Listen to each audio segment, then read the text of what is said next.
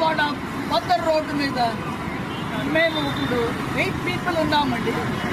2 years back 2 సంవత్సరాల ముందు విజయవాడకి నేను ఒక్కడిగా వచ్చాను. ఒక్క బోటు పట్టుకొని వచ్చాను.